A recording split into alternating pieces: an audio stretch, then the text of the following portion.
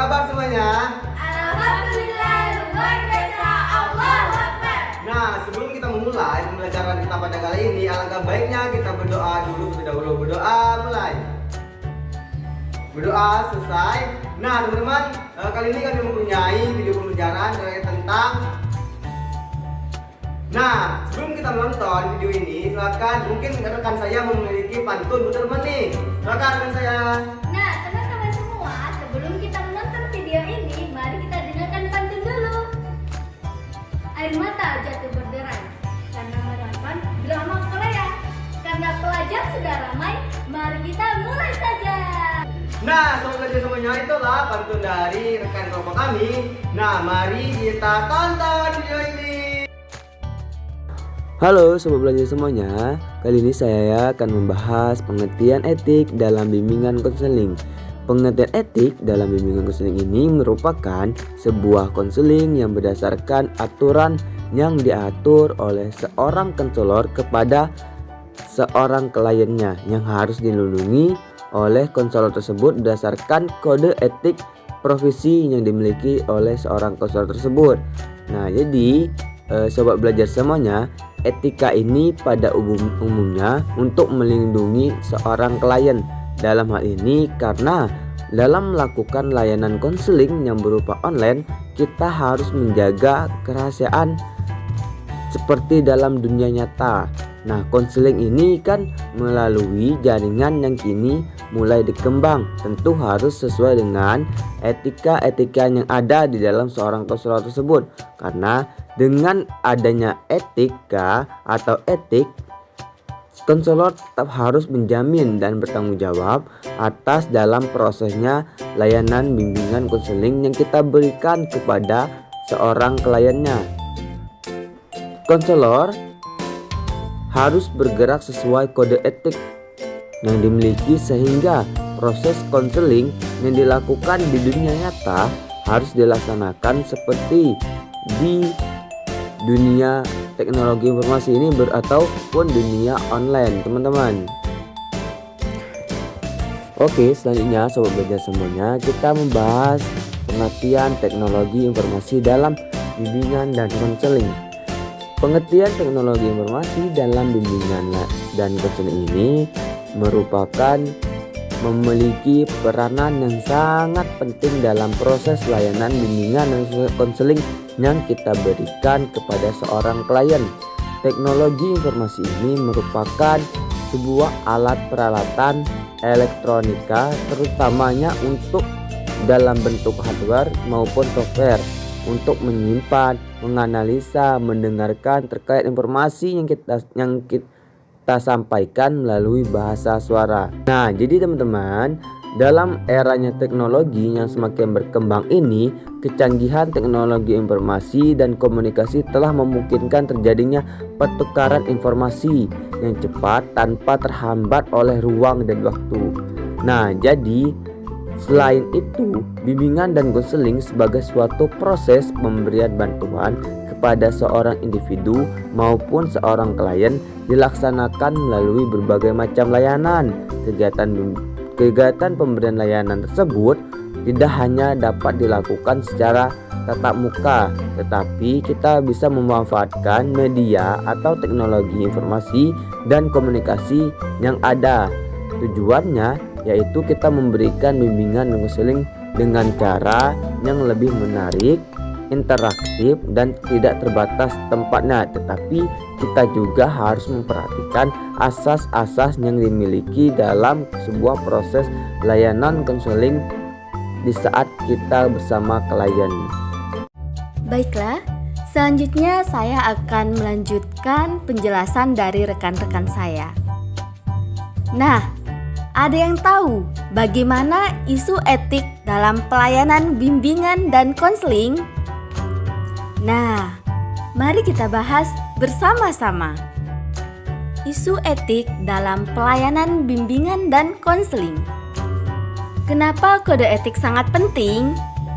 Yang pertama, kode etik melindungi profesi dari pemerintah.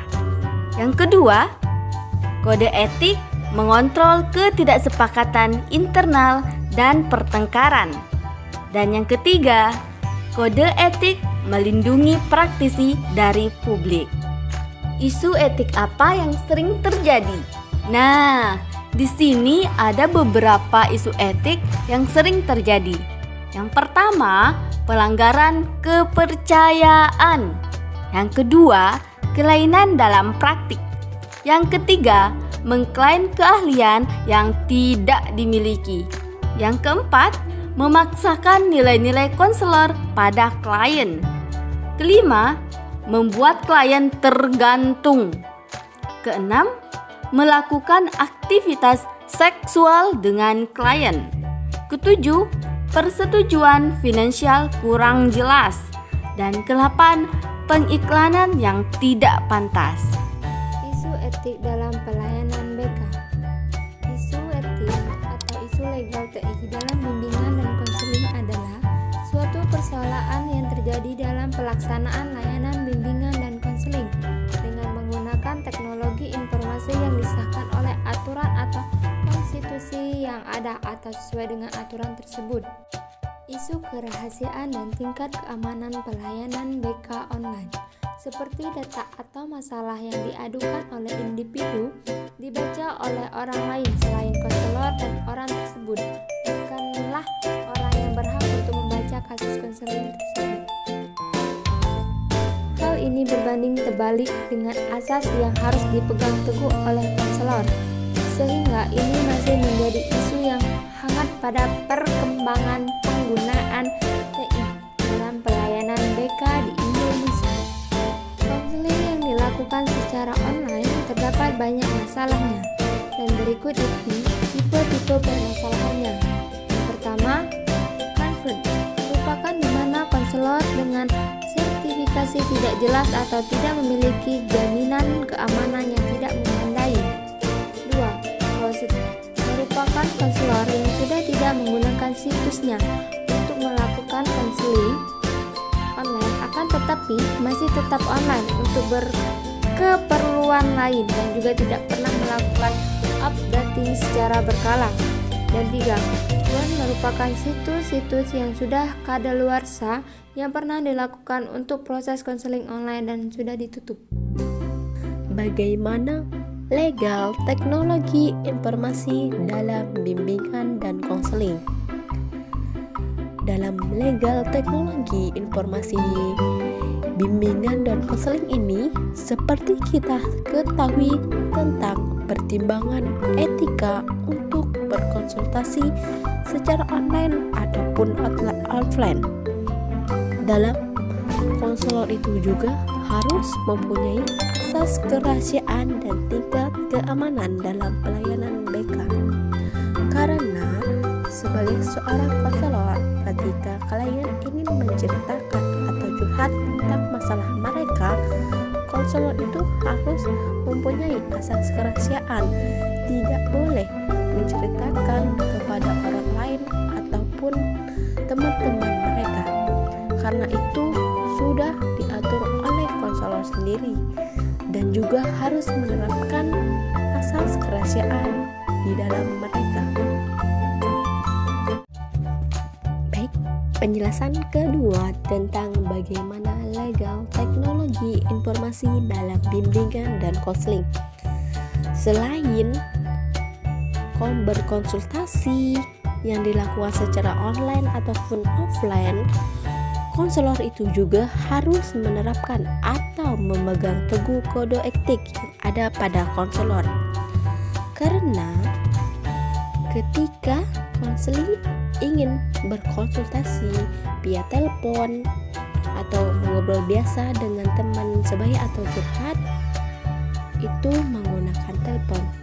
Dilanjutkan dengan proses pendekatan dan mengungkapkan masalah dari konseling, lalu beranjak ke proses pemberian saran atau bantuan. Hal ini menggunakan bahasa yang baik, sewajarnya dan tetap sopan tetapi santai.